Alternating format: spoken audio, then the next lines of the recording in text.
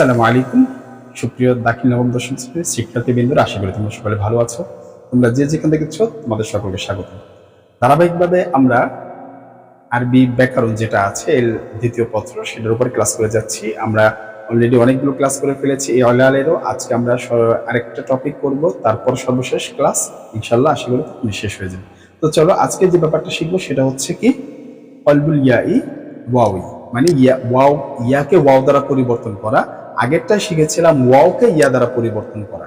এর আগেরটা ছিল কলবুল ওয়াউই ইয়াই, মানে ওয়াওকে ইয়া দ্বারা পরিবর্তন করা। এখন আমরা শিখবো ইয়াকে ওয়াও দ্বারা পরিবর্তন করা। তাহলে এখানে আমরা এইখানে টপিকটা অনেক বড়, সেটা আমি আগের ভিডিওতে বলেছি। সেই সম্পর্কে যদি তোমরা জানতে চাও তাহলে আমার এখানে প্লেলিস্ট আছে ইলমুল পাঞ্জেগান্সের ফুল কোর্স, সেখানে তোমরা একটু যেতে হবে। সেখানে গেলে মোটামুটি একটা আলোচনা পাবে প্রাথমিক। আমি আস্তে আস্তে আলোচনা করব, পুরোপুরি করি নাই। তো সেখানে গেলে তোমরা পাবে, সেটা বাংলা ভাষায় সহজে করা আছে। হ্যাঁ, তোমরা দেখতে পারো, বেসিকটা আরো দেখে স্ট্রং করতে পারো। তো আমরা এইখানে আলোচনাটা আমরা বইতে যা আছে তাই আলোচনা করবো, মেইন বেসিকটা তোমাদেরকে দিব। তো চলো আমরা শুরু করি। এখানে কি বলছে যে এখানে বলা আছে ইদা সুকিনাত, ইদা সুকিনাত, আচ্ছা ইদা সুকিনাত ইয়াই বাদা, ইয়াই বাদা বাদা দুম্মাতুল কলবি, দুম্মাতুল কলবি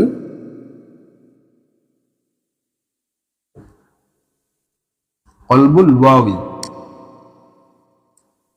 এই যে এতটুকু মানে কি বলছে, ইদা সুকিনাত যখন সাকিন হবে, ইয়াটা যখন সাকিন হবে, ইয়াটা যখন কি হবে সাকিন হবে, বাদা দুম্মা মানে পেশের পরে, তারপরে বাদা দুম্মা, দুম্মার পরে, মানে যখন পেশের পরে ইয়াটা যখন সাকিন হবে সেই ইয়াকে কলবুল ওয়াও মানে ওয়াও দ্বারা পরিবর্তন করে ফেলতে হবে, ওয়াও দ্বারা পরিবর্তন করে ফেলতে হবে।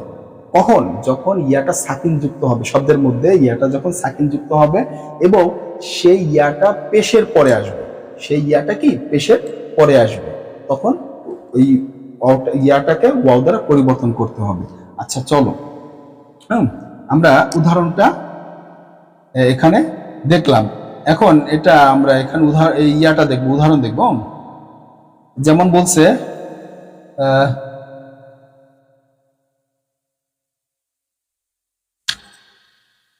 আচ্ছা এখানে বলছে মুকিন, মুকিনুন, ঠিক আছে, মুকিনুন, এখানে তোমার বইতে আছে মুকিনুন, দেখো মুকিনুন।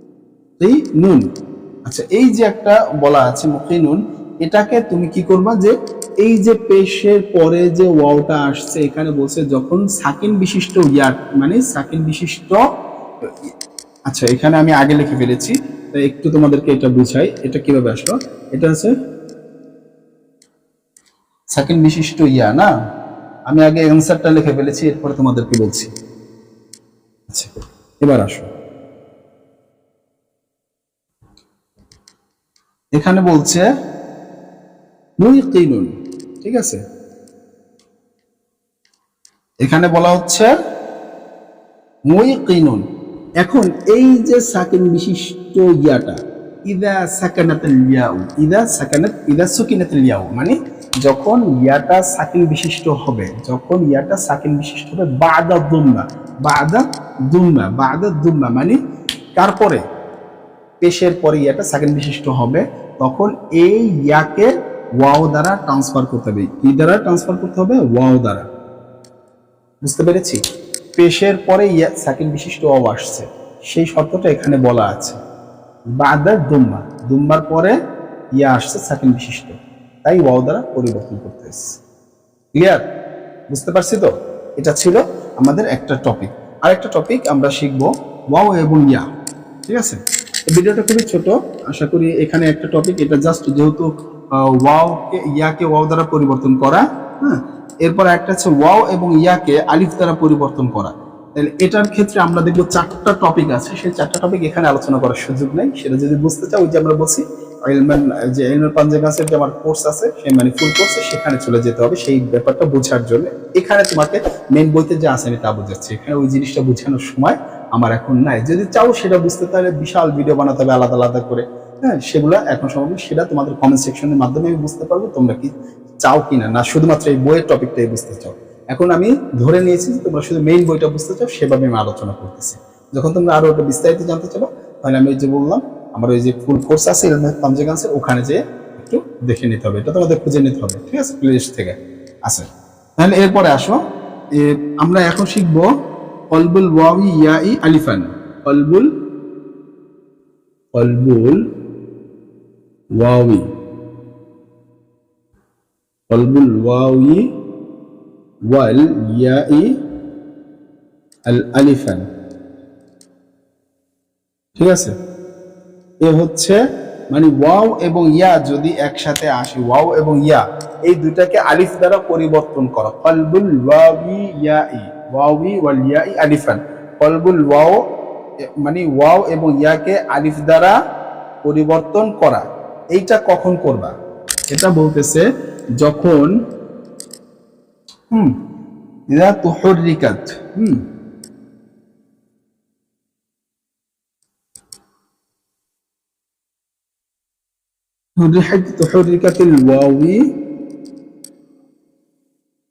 حركت الواو أو ياء أو الياء তারপরে কি আছে বিহারকাতে আসলিয়াতিহা,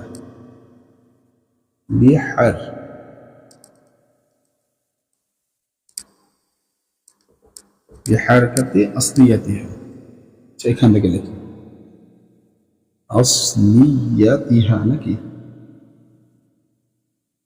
ইয়াতি, আসলিয়াতি ফি কালিমাতি বা'দা, ফিল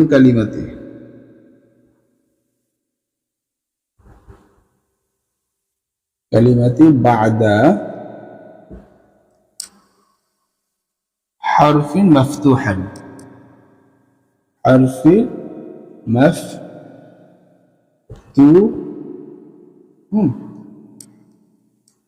আচ্ছা মাফতুহিন। এরপরে বলছে কুল্লু, কি কুল্লু মিনহুমা,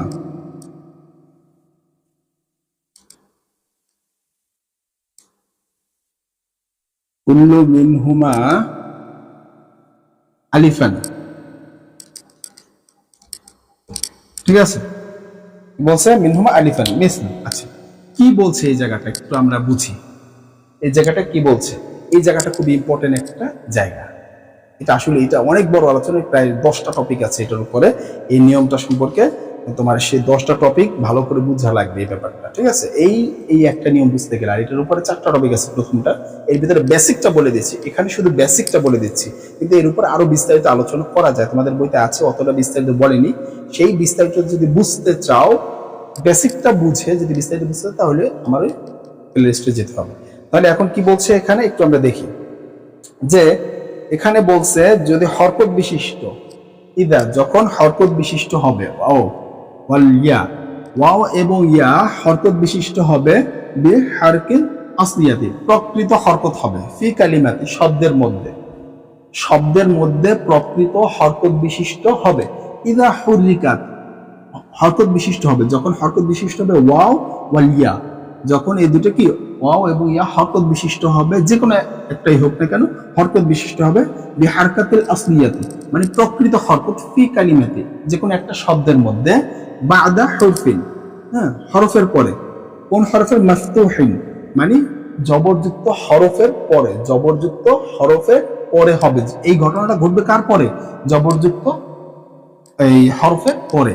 কুল্লু মিনহুমা আলিফান, তাহলে প্রত্যেকে কি হয়ে যাবে? ওয়াও বা ইয়া প্রত্যেকে আলিফ দ্বারা পরিবর্তন হয়ে যাবে। এটাই ছিল মূল কথা। আসো আরেকবার বলি, যে বলছে ইদা হুরিকাত যখন জবরযুক্ত হবে, কে হবে? ওয়াও, এই যে ওয়াও হবে এবং আলিফ হবে, ওয়াও অথবা আলিফ, ওয়াও অথবা আলিফ যে কোনো একজন, দুইজন একসাথে না, যে কোনো একটা ওয়াও অথবা আলিফ হরকত বিশিষ্ট। কেমন হরকত?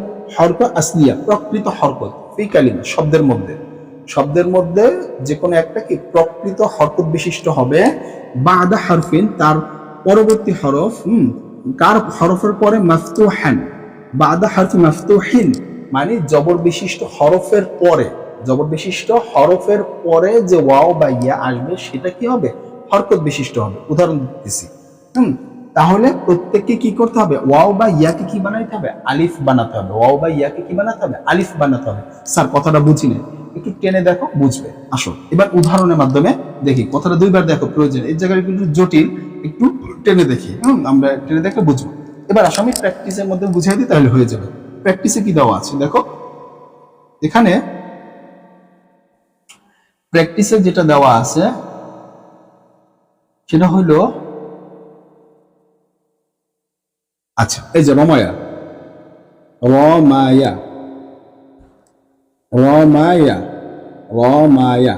এই যে শেষে বলছে যে কি বলছে, ইদা, এখন বুঝো ভালো করে, ইদা হরিকাত, যখন হরকত বিশিষ্ট হবে ওয়াও অথবা ইয়া।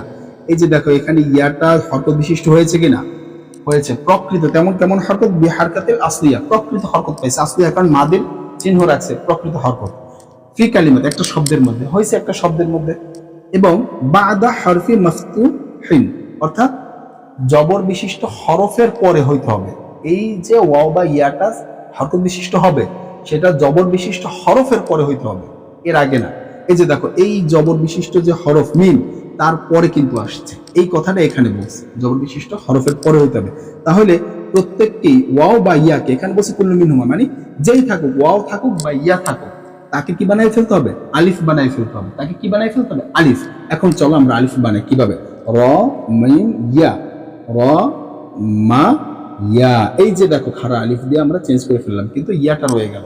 এই ইয়াটা কি, আমরা এগুলো পরে জানবো, ঠিক আছে। কিন্তু এই ইয়াটা এখন আর নাই, রমা হয়ে গেল, কি আছে, ইয়া দ্বারা রমা ইয়া হয়ে গেল, আলিফ হয়ে গেল, হ্যাঁ, রমা হয়ে গেল। এখানে আমরা মিমের উপরে খাড়া জবর পড়তে পারি, কিংবা এই যে এখানে আর লাগে না, রমা হয়ে এখানেই দেখি আমরা, এখানে কেন লিখবো, এখানেই লিখি, এই যে দেখো, এই যে রমা, এখন ইয়াটা কি হয়ে গেল, আলিফ হয়ে গেল।